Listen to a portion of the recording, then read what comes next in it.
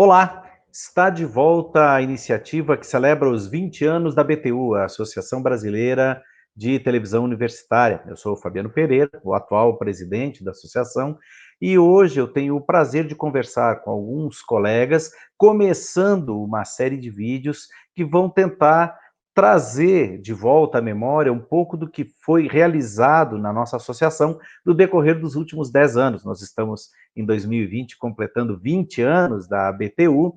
Durante os primeiros 10 anos, quando nós comemoramos os primeiros 10 anos, né, a primeira década, realizamos uma série de vídeos com depoimentos dos pioneiros, e agora nós começamos, então, uma nova série conversando com aqueles e aquelas que ajudaram a construir essa segunda década da BTU.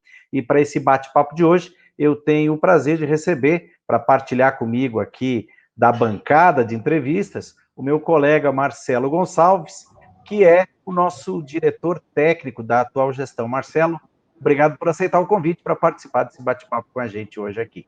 O prazer é meu, né? Uma honra, né? Estar aqui representando aí a BTU, né? Na parte da diretoria. Vamos bater um papo, acho que bem interessante, produtivo, resgatar uma história, né? Que justifica, né? Todo o caminho aí que a BTU, né? Todo esse traçado, né? Essa longa jornada, né? Que a associação teve até chegar aos dias de hoje. Aí, né? Então, um prazer estar aqui e eu acho que nós vamos ter um bate-papo bem gostoso, interessante e produtivo aqui. Legal, obrigado, Marcelo. E o Marcelo, junto comigo, então, vai bater um papo muito legal com o nosso ex-presidente e talvez o associado mais antigo em plena atividade dessa associação, que é o professor Fernando Moreira, nosso ex-presidente, né, de quem eu tive a honra e a responsabilidade de receber a presidência no último mês de junho. Professor Fernando, obrigado por aceitar o nosso convite. Eu que agradeço, vai ser muito bom bater um papo para a gente resgatar um pouquinho a nossa história aí. Legal. E a proposta desse primeiro episódio, desse primeiro bate-papo, é falar um pouquinho sobre os avanços na área de tecnologia que a associação teve no decorrer dessa segunda década. A gente sabe que o Fernando, como presidente, fez muita coisa, né? Tanto eu quanto o Marcelo tivemos o privilégio de acompanhar essa trajetória dele na presidência, ver o quanto a BTU cresceu, né, em expressão, em alcance, em reconhecimento, mas hoje nós queremos fazer um recorte sobre a área de tecnologia, porque eu sei que é uma área pela qual o Fernando tem muito carinho, ele gosta muito, né? O nosso professor Pardal, né, ele está sempre atrás de novidades, está sempre buscando inovação, e por isso eu e o Marcelo gostaríamos de falar um pouquinho hoje, Fernando, sobre a questão da Rito e sobre a questão do Tube, né?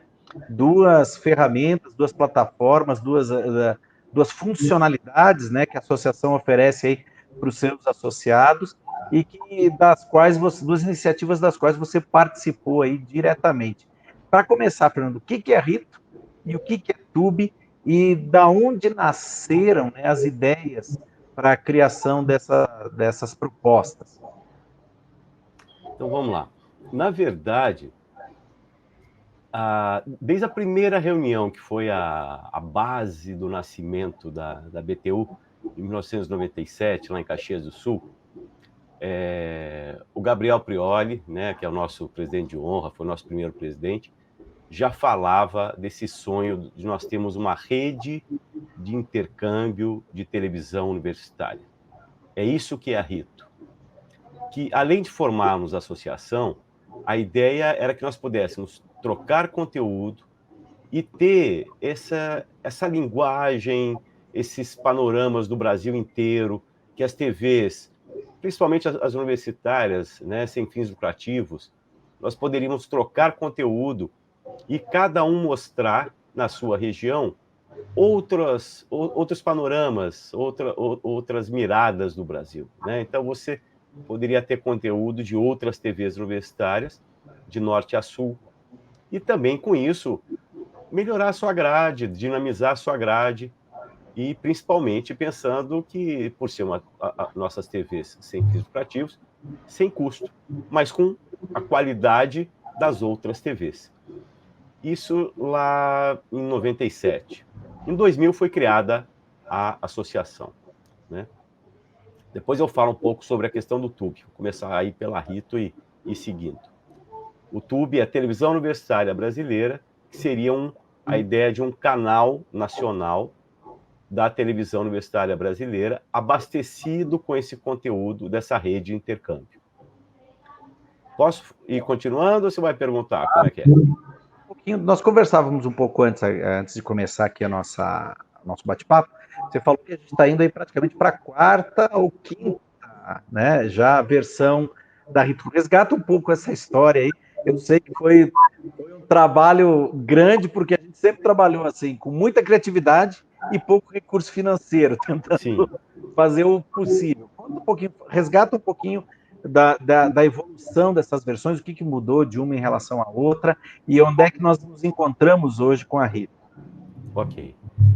Bem, o começo, o Prioli conseguiu uma parceria, existia um trabalho da Rede Nacional de Pesquisa, que eles tinham uma rede que era uma rede ligada à gerência do grupo de gerência de vídeo da Rede Nacional de Pesquisa.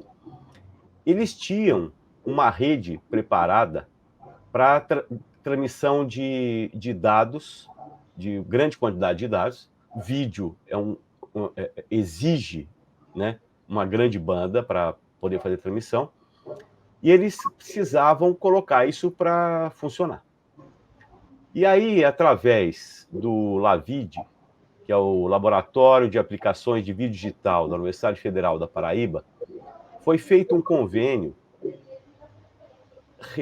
a BTU, RNP e o LAVID, para que se desse início a esse projeto. Isso, na verdade, Gabriel começou lá por 2005, 2006 e acabou em 2007 tendo início. Como ele era baseado todo na rede da RNP, que era uma rede IP, um tráfego de alta velocidade, com gigas de velocidade, isso exigia que a universidade, o ponto, tivesse ligado a essa rede. Então, apesar de ter uma quantidade muito grande, né, ser uma tecnologia, né, de alta complexidade, estava limitado àquelas universidades que estavam ligadas a essa rede. E, na maioria, eram as universidades federais. Então, a Rito começou dentro desse projeto, junto, então, com a parte de pesquisa da Universidade Federal da Paraíba, esse LAVID, e começou-se a desenvolver isso. O que é interessante é que isso era inédito no mundo. Ninguém estava trabalhando ainda, pensando em troca de conteúdo de forma digital. A própria Rito, junto com o Gabriel, ela começou antes com a troca de fitas. Mas a troca de fita, você imagina, ainda mais a gente trabalhava com Betacam. Então você tinha que mandar aquela fita para trocar com a outra universidade, recebia o material. Ou seja, era um início, mas era uma troca física, e dependendo dos correios, ou seja, uma coisa muito lenta para funcionar. Por isso que eu falo que essa poderia ser a versão 5 hoje. Porque a primeira, na verdade, não dependeu de ninguém. Era a troca de fitas. Então, era uma rede de intercâmbio por fita. Quando ela entra nesse modelo digital, junto com a Rede Nacional de Pesquisa, ela entra num modelo inédito no mundo. Nenhuma rede de televisão estava já com algum projeto desse funcionando. Ela se concretiza, ela começa, de fato, em 2007. E aí houve um grande investimento da própria Rede Nacional de Pesquisa. Foi feito todo o modelo, foi feito todo o investimento e cedidas as máquinas. No início chegaram a ser 12 máquinas, né? Você tinha algumas universidades, a maioria federais, estaduais. Eu acho que a única que não era pública na época era a PUC-SP, até porque o Gabriel era o presidente da associação e era o diretor da TV PUC-SP. Mas esse projeto se desenrola, depois entra o Adriano Adorian, que fez a coordenação técnica da Rito, isso tudo dentro da USP. Quando você começa o trabalho com o Lavide, ele se desenvolve até um certo ponto, que era a Federal da Paraíba. Depois se encerra esse contrato, e aí esse contrato passa para uma outra empresa, para uma empresa, que não é uma universidade, que é a Dinavídeo, e quem assume é a poxa vida, como é que é o nome a IBC, a Empresa Brasil de Comunicação, que ela foi criada. Quando ela foi criada, então ela achou interessante o projeto e trouxe para dentro dela. E aí deixou de ser a nossa Rito. Ele já não estava mais com financiamento da Rede Nacional de Pesquisa, entra essa empresa de Navídeo, que alguém tem que pagar, a EBC resolve pagar, e aí se transforma no ITVP, que é um sistema de intercâmbio de vídeo digital da EBC. E nós, como a BTU, fomos agregados ao sistema. Os primeiros a usar o sistema, inclusive, foi o Ministério da Cultura, né? E a IBC já estava dentro desse processo. Então, nós deixamos de ser os protagonistas. Nós viramos carona. E nessa fase, se transformou num sistema robusto, mas com uma característica que não era interessante para nós como TVs universitárias, que era o quê? Você tem um intercâmbio, mas você não tem repositório. Ou seja, eu mando para você, você manda para mim, esse material fica armazenado, se eu não me engano, era 7 ou 10 dias, e apaga-se. Então, todo o trabalho que foi feito nesse período, até 2010, 2011, o que aconteceu?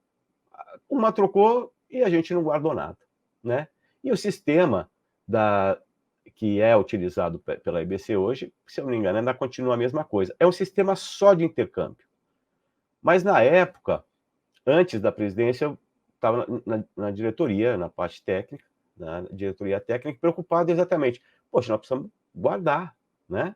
E nós temos que gerenciar, a gente não pode pagar. O custo que colocaram era de uma emissora grande. Nós com a BTU, não temos condições de arcar um custo, né? Que para uma emissora grande é pouco, mas para a gente era grande, ainda mais dividindo por todas as associadas, se não me engano, 38 na época, que queriam que cada uma pagasse, né? Não era só a BTU, era dividido pelas emissoras. Aí falamos, não, então vamos trabalhar um sistema mais simples, mas que seja nosso. E que a gente possa também criar um repositório. Aí qual a solução mais simples e barata, né, que surgiu na época? O FTP, que é uma tecnologia muito antiga, mas confiável. Ou seja, o FTP é uma troca de arquivos, né? E você cria um sistema de gerenciamento e vai guardando. Uma empresa de Campinas se propôs, entrou, colocou um preço legal para a gente e a gente começou a trabalhar. Eu resgatei aqui, que aí nós começamos a trabalhar isso mais ou menos em 2011. Naquela época, no final de 2011, nesse sistema, nós estávamos pelo menos já com 150 horas de arquivo e 300, quase 400 vídeos, né? Porque os tempos são variados. E aí nós começamos, além de fazer o intercâmbio, ter um repositório, né? Está guardado. É uma coisa simples também, nós fazemos um backup em HD, mas nós começamos a ter um arquivo da história, da nossa história das TVs. Cada uma tem a sua, mas às vezes, inclusive, se perde, acaba servindo como um backup para as emissoras, né? Desse sistema mais rústico com o FTP, nós começamos a fazer pesquisa e achar algumas soluções.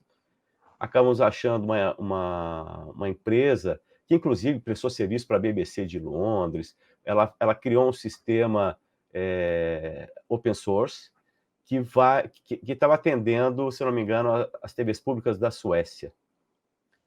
E aí, claro, a internet é ótima, a gente faz pesquisa, a gente acha, entrei em contato com eles, e eles aceitaram, né?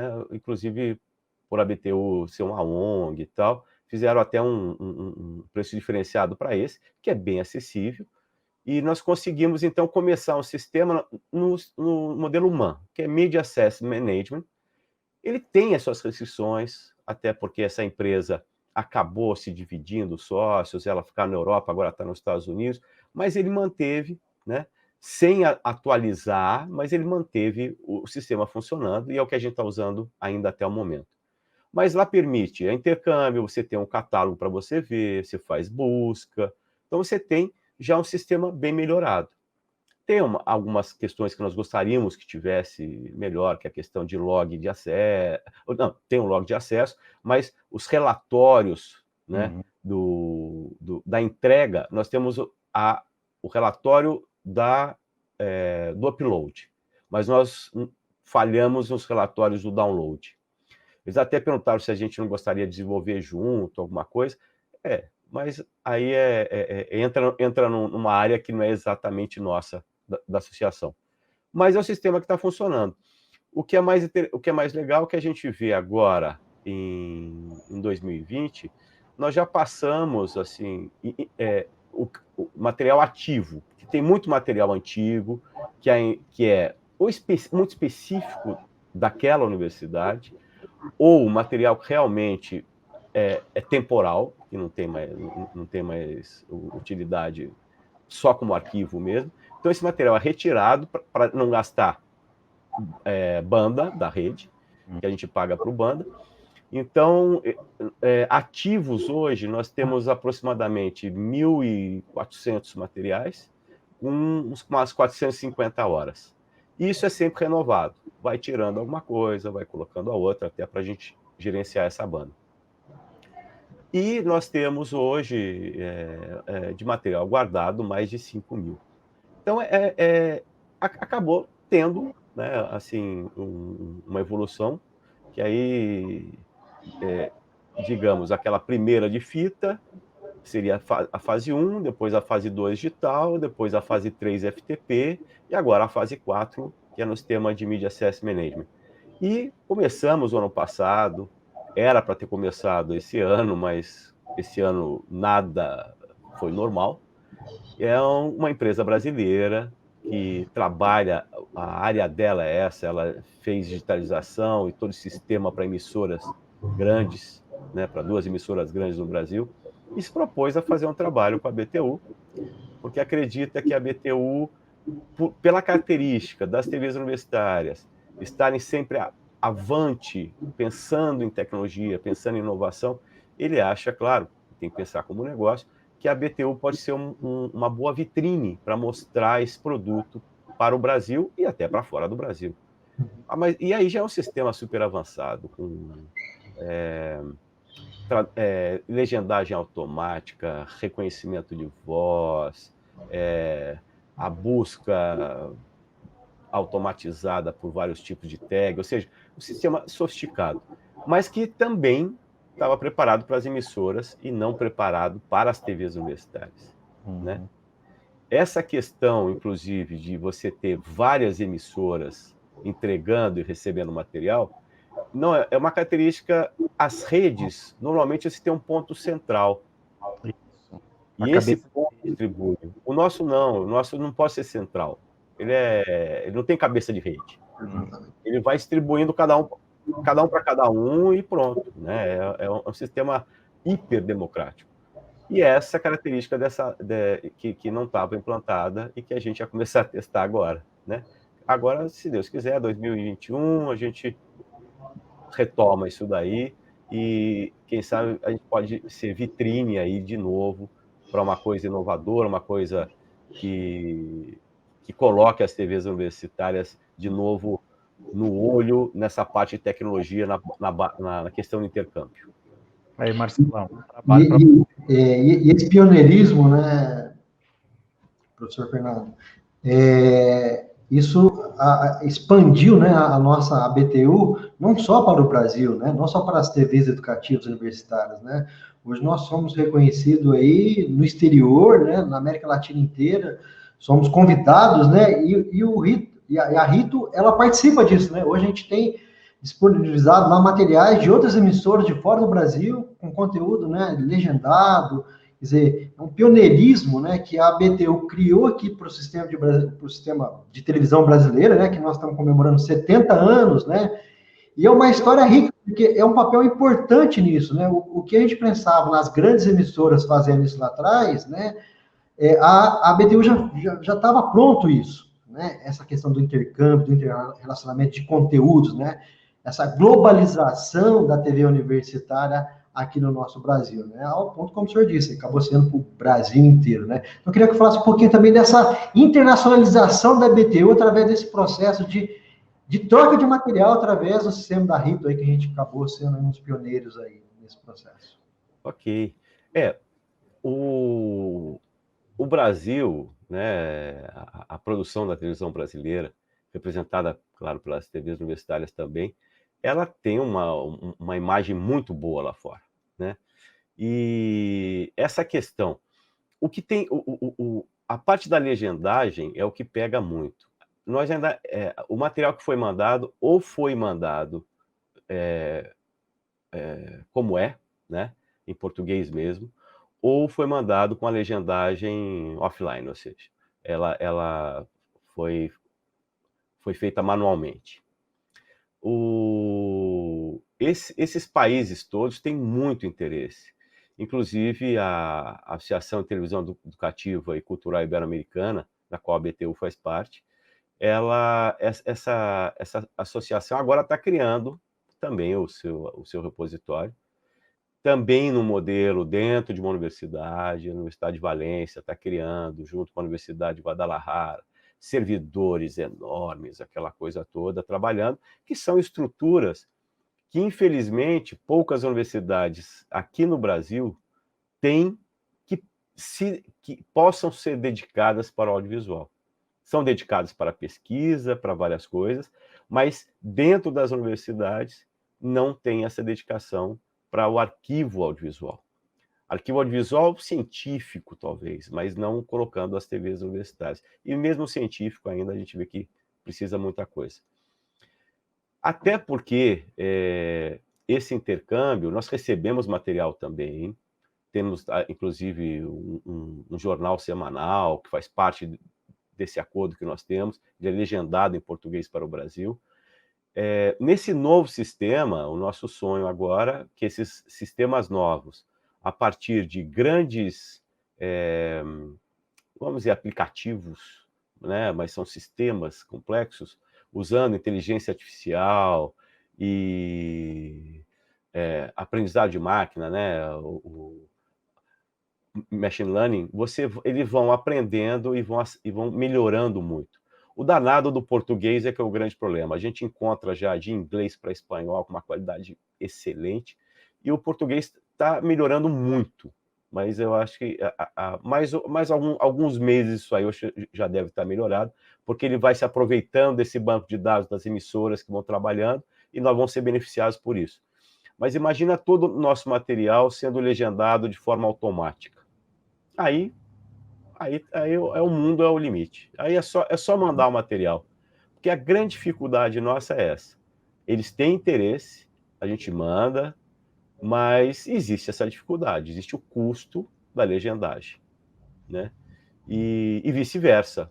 Nós temos milhares de materiais que nós poderíamos estar utilizando nas nossas TVs, mas tem o custo da legendagem. A hora que se conseguir automatizar isso a um custo acessível para a nossa realidade, isso vai ser sensacional.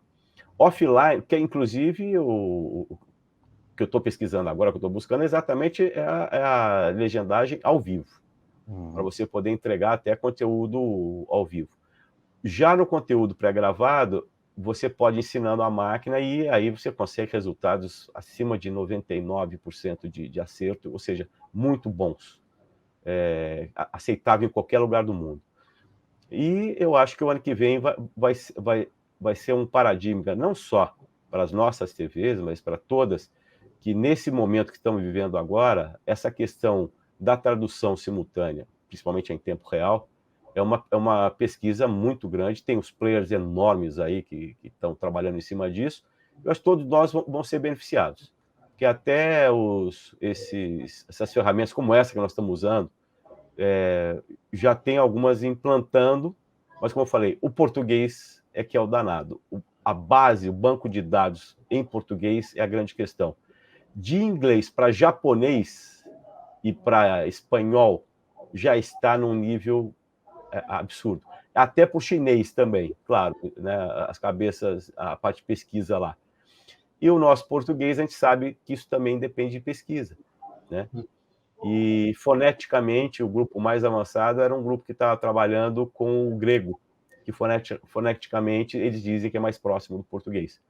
Mas fica realmente um negócio de grego quando a gente vai ler, fica um negócio maluco, né? Então ainda tem bastante coisa aí para sair. Mas eu acho que isso vai ajudar muito. E aí aumentar mais ainda a nossa imagem. A nossa produção é muito desejada. Eu acho que a gente tem muito a oferecer e também receber muito material, porque tem muita coisa boa para a gente aproveitar. Muito legal, professor. E quanto ao Tube?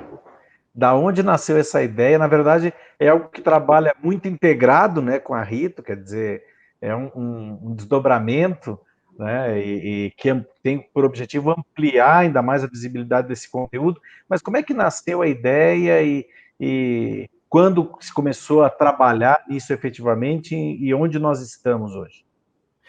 O Tube também foi uma ideia que surgiu com o nosso Gabriel Prioli, nosso presidente de honra.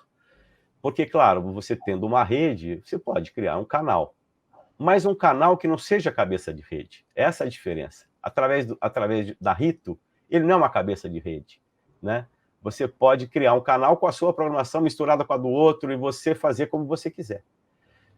Mas a ideia de você ter aí um canal que seja pontualmente uma representação, um recorte da televisão universitária brasileira, ele surge e junto, já com o Cláudio, né, foi o segundo presidente, Cláudio Magalhães, fez também o estudo, pensando, claro, no que se pensa normalmente, a questão de um canal por satélite.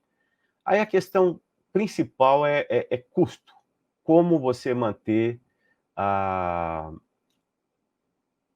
o subir para o satélite, que é a parte mais cara, que é quem chama de uplink, que é um equipamento bastante caro. E hoje em dia, montar o que a gente chama de playout, que é o player, né? Como um playlist que a gente tem no celular de músicas, de vídeos, você tem um aparelho que a gente usa nas emissoras que é chamado de playout. O playout hoje já está muito mais em conta, pode trabalhar playouts virtuais, tem playout na nuvem, tem um monte de coisa. De novo, é a questão da nossa realidade. E aí, com a abertura, com a possibilidade da BTU ser a operadora de um canal nacional, né? Porque dentro da TV, da lei do acesso condicionado, as emissoras chamadas DTH, Direct to Home, que são as operadoras por satélite, essas que entregam por antenas parabólicas, não por cabo na casa da gente, essas emissoras, obrigatoriamente, como as outras, têm que ter aberto gratuitamente um espaço para o canal universitário, como a gente tem nas nossas cidades. No cabo é muito fácil, teoricamente, né? Mas não é muito fácil. Você vai lá e entrega o sinal nessa emissora e pronto, automaticamente se abre o canal universitário na cidade. No chamado DTH, que são as TVs por satélite, a primeira questão é, não dá para entregar um para cada cidade que ela entrega. Um sistema de uplink é um sistema caro, vamos falar aí em $250 mil, sem mais simples, menos que $100 mil não sai, só para você subir um sinal, mais o custo do satélite. Mas é inviável para qualquer lugar você colocar, e também para as operadoras, né, que toda cidade que quisesse subir um sinal. Então, a Ancine, junto com a outra agência reguladora, que eu esqueci o nome, como é que é? Anatel, né? Ancine e Anatel, as duas, no caso, uma regula a questão técnica, a outra mais a questão de conteúdo, nós conseguimos, pelo menos um parecer da Anatel, nada a opor a BTU ser operadora nacional do canal universitário, de um canal universitário, já que ela representa a maioria das TVs universitárias, e a maior associação representante desse segmento, que outras são segmentos do segmento, né? Então, você tem a BTU como possível legítima operadora. A Ancine aceitou e nós fizemos o pedido. A questão principal tá bom, a questão nós temos que montar um centro de geração dessa grade. E aí você entra também toda essa questão de custo. E aí também, nesse momento, entram várias questões, né? O crescimento do streaming, não só o crescimento do streaming, eu acho que muito mais o crescimento do streaming é a questão das pessoas que nunca não estavam habituadas ao streaming, estarem hoje utilizando. Então, você pensar num sistema utilizando uma operadora ou um sistema streaming, é claro que o sistema streaming, e principalmente hoje, fica muito mais fácil de nós pensarmos e iniciar. E aí criamos um canal, também aí junto com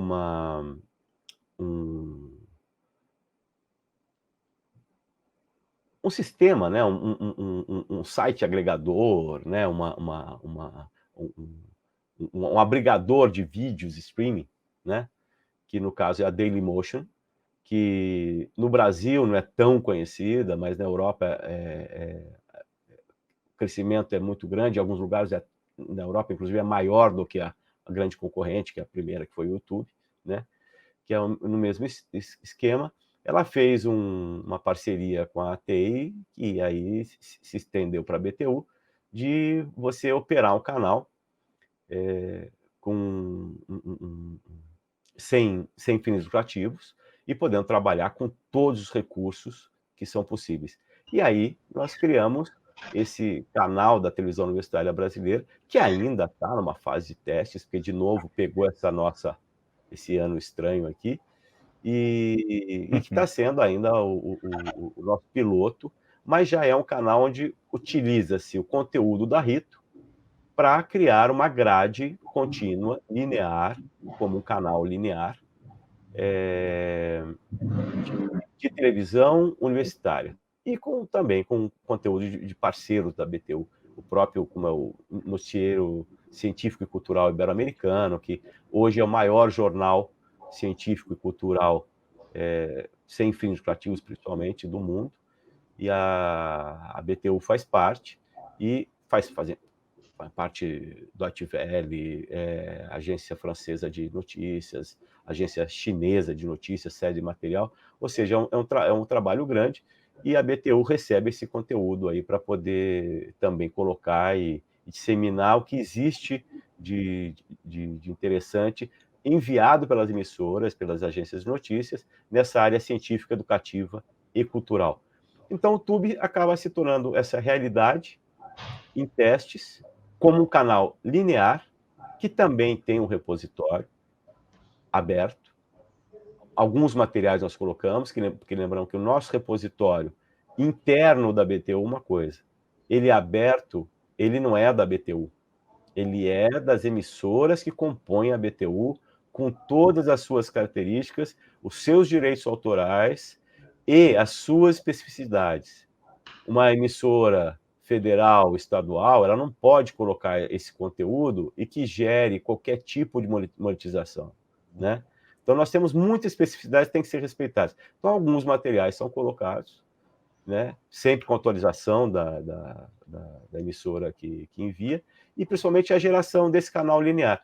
E essa questão de canais lineares streaming é muito interessante também, que é uma nova discussão, é uma nova briga, que já começou há alguns anos em alguns países, principalmente Estados Unidos, onde a gente vê que é uma grande tendência, que é um movimento chamado corte o fio, né, o movimento nos Estados Unidos, que já existe há uns 4 anos, que é exatamente não assistir a TV a cabo. Por quê? Porque eu não preciso da TV a cabo pelo conteúdo. Num ponto que, se você não assiste a TV a cabo, você não vai assistir o nosso canal universitário, que a maioria estão no cabo. Então, a tendência de ir para os novos modelos de TVs agregadoras de canais, que podem ser exatamente os canais streaming lineares, então a BTU, de novo, pode estar aí trabalhando também numa coisa que acaba sendo uma expectativa já para o futuro, que são os canais lineares no streaming, que você pode agregar vários canais. Então, você pode ser também uma agregadora ou um canal independente. No nosso caso, o YouTube se pensa ainda como um canal independente. Mas esse novo modelo de canais lineares por streaming, juntos, agregados, é um modelo novo que está surgindo e tem tudo para crescer, já está explodindo, e pode ser, de novo, que a gente esteja já na vanguarda, só que dessa vez por sorte. Eu não digo sorte, eu acho que eu digo construção, planejamento, organização, mas principalmente visão de futuro, né? Apesar de sermos universitárias, né, eu acho que a BTU é hoje uma das maiores colaboradoras para a educação, quando a gente pensa em audiovisual desse país, né? Eu acho que esse é o principal objetivo do YouTube, é a gente democratizar toda essa educação que nós temos, né, regionalizada, onde cada TV universitária, né, ela cria seu conteúdo, ela gera seu conteúdo, e o YouTube, ele é um canal de divulgação, né, de distribuição desse conhecimento regionalizado. Quer dizer, eu acho que o YouTube hoje é a maior emissora, né, vamos dizer assim, entre aspas, né, nesse sentido de a gente democratizar a educação regionalizada e contribuir, né, com todas as áreas do nosso país aí, com esse conteúdo de educação, ciência, né, e tecnologia, que é o que nós estamos falando aqui. Eu acho que esse é o papel mais importante que nós temos no YouTube. E isso foi um projeto pensado lá atrás, né, Fernando? Então, assim, eu acho que isso que você está relatando para a gente não é o acaso, né? Eu acho que não é sorte, eu acho que isso é pioneirismo, né? E é isso que está, eu acho que muito impregnado, né, no bom sentido, nas TVs universitárias, né? A gente trabalha com pouco, mas a gente pensa no futuro. E o futuro parte do princípio da educação, né? Então, assim, eu acho que nós chegamos onde chegamos graças a tudo isso que foi construído. Isso tudo foi construído lá atrás, pensando nesse presente de hoje, que na verdade é o futuro de amanhã, né? Então, assim, parabéns. Eu acho que é um orgulho, né, a gente participar disso, né, Fabiano? Com certeza. E aí eu lanço para vocês, para a gente encerrar, mas eu acho muito importante agora, passando o Marcelo também para a posição de entrevistado, né? Quais são os grandes desafios da Rito e do YouTube, né, que vocês vislumbram aí para os próximos anos? O próprio Fernando acabaram citando algumas coisas, mas se vocês pudessem pontuar aí a médio e longo prazo, quais são aí os grandes desafios na consolidação? Eu acho que mais a YouTube, né, que é mais recente do que a própria Rito, mas quais são os principais desafios que nós temos aí? Pode ir, professor Fernando.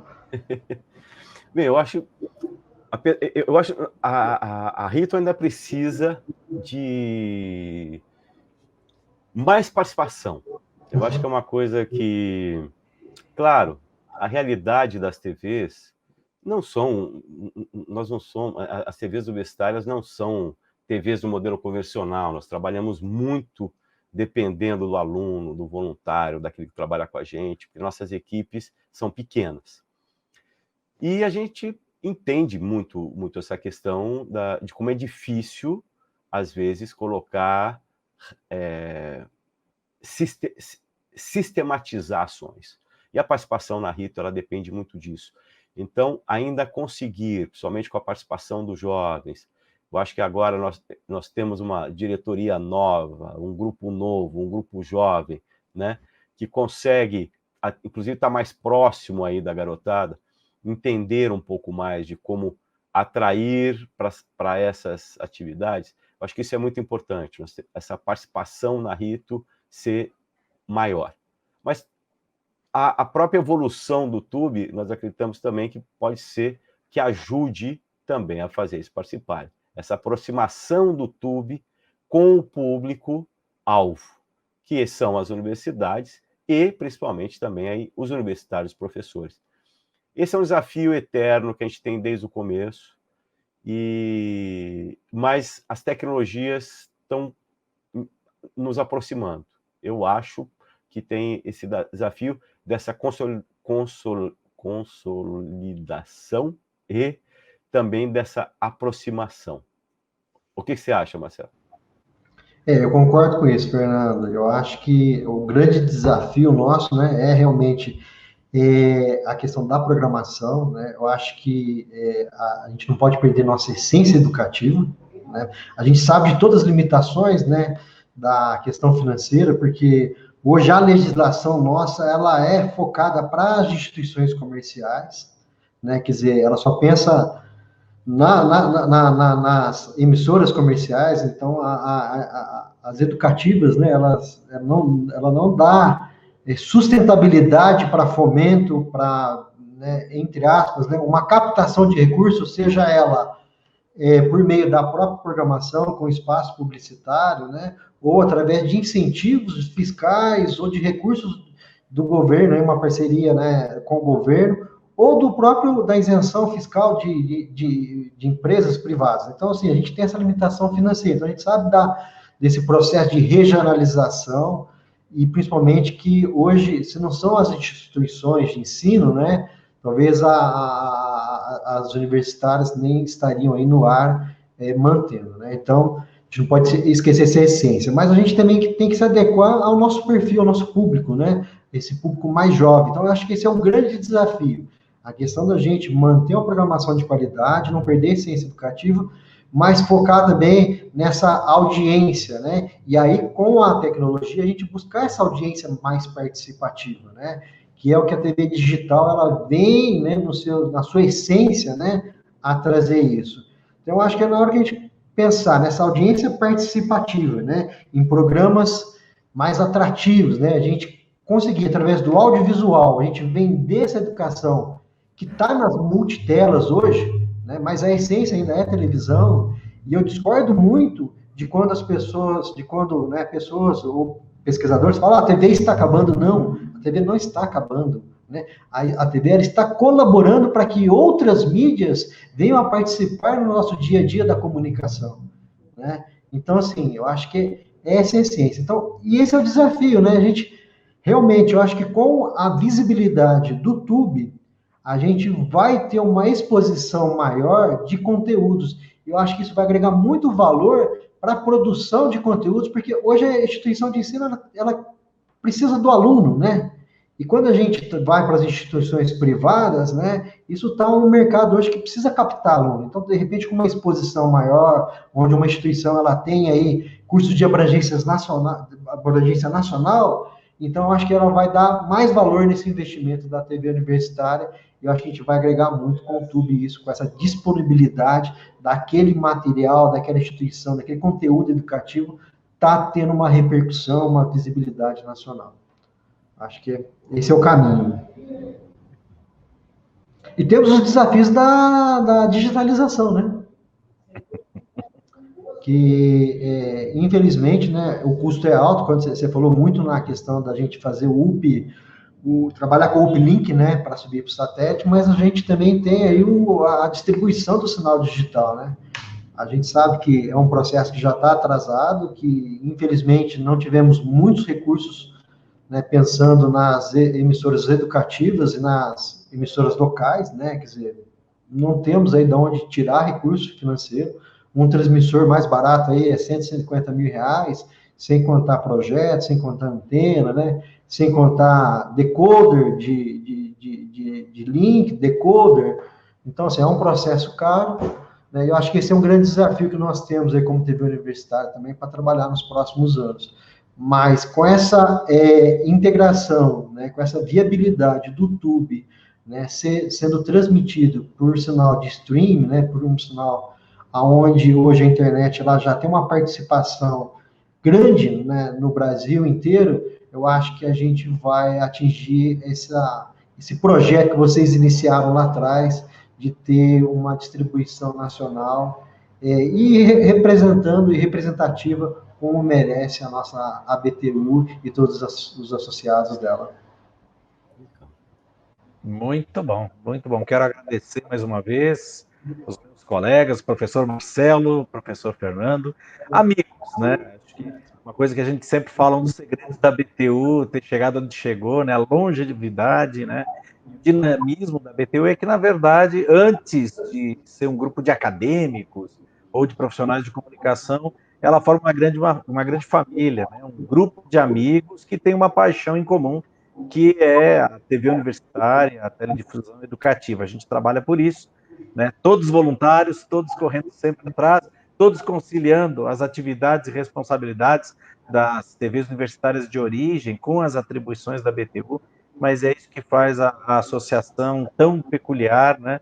E tem uma história de tanto significado e tanto sucesso num período tão curto, né? Se nós olharmos, temos 20 anos de associação, claro que já é uma caminhada, mas nós avançamos muito se compararmos com diversas outras associações e entidades representativas que às vezes têm meio século, né, de tradição, mas que talvez não tenham assim, essa energia, né, movida pela amizade e pelo idealismo desse conjunto de profissionais. Obrigado, professor Marcelo, mais uma vez. Obrigado, professor Fernando, por aceitar o nosso convite. Para mim é um prazer, eu acho que tá participando disso, né? Fazer parte da BTU, criar amigos, né? Conhecer amigos como o Fernando, que é uma pessoa que é um professor, um educador, né? Um profissional e principalmente um visionário, né? Eu acho que a colaboração tua, Fernando, para a história da TV brasileira, ela deve ser reconhecida, né? E me fugiu a palavra aqui, mas na verdade eternizada, Registrada. E essa é a nossa proposta, né? exatamente, né? Porque tudo isso que foi feito lá atrás, como eu disse, pensando num futuro, né? E esse futuro já chegou e ele está aí no nosso dia a dia. Quer dizer, isso não é para qualquer pessoa, não. Tem que ser um apaixonado, tem que ser um estudioso, tem que ser um educador e tem que ser um visionário. Então, parabéns por tudo isso que você fez pela associação e principalmente pela nossa TV brasileira e na nossa TV universitária. Obrigado, Marcelo. Mas tudo isso aí é obra de Deus, né? Ele que dá, tá? E eu vivo rezando, pedindo inteligência para ajudar a entender essas coisas novas e como é que a gente pode ajudar os outros. Uhum. E é isso que esse grupo tem em comum. Não só amigos, mas principalmente pessoas que gostam de ajudar pessoas, ajudar os outros, e com isso, esse nosso objetivo de levar a informação de qualidade, né, de ensinar as pessoas, isso faz parte de tudo isso. Então, é uma obra contínua que estamos fazendo. E o que é mais interessante, que dentro do grupo nós temos, apesar de eu falar em Deus, nós temos pessoas de diversas religiões, ou até pessoas que não acreditam, mas que nós comungamos os mesmos sonhos, as mesmas ideias, e não temos diferença, né? Damos risada juntos, choramos juntos. É realmente um grupo que dá muita alegria de participar, e é uma honra estar aqui com vocês. A honra é nossa, tenho a certeza disso, professor. Como o Marcelo falou, aprendemos muito com o senhor e seguiremos aprendendo, porque o Fernando deixou de ser presidente da BTU, mas ele jamais deixará de ser a BTU, né? Ele é parte integrante dessa história e continua com a gente. E como você pôde conferir através da fala dele, já pensando lá na frente, ele continua contribuindo, né? Com certeza vai contribuir muito com o trabalho do Marcelo, nosso diretor técnico. Marcelo, que também é um profissional, apesar de novo, você vê ele aí jovem, mas com uma grande experiência na televisão comercial, agora também na TV universitária, que veio para somar. Quer dizer, a BTU é isso, né? Essa junção da experiência com a energia, né? Dos mais experientes e experimentados com aqueles mais novos, e a gente consegue aí, como o Fernando falou, né, movidos por um mesmo espírito de colaboração, né, construir e continuar construindo essa associação. Parabéns, Fernando, e mais uma vez obrigado a você, ao Marcelo, pelo privilégio de conversar com vocês nessa tarde sobre a Rito e sobre o TUB.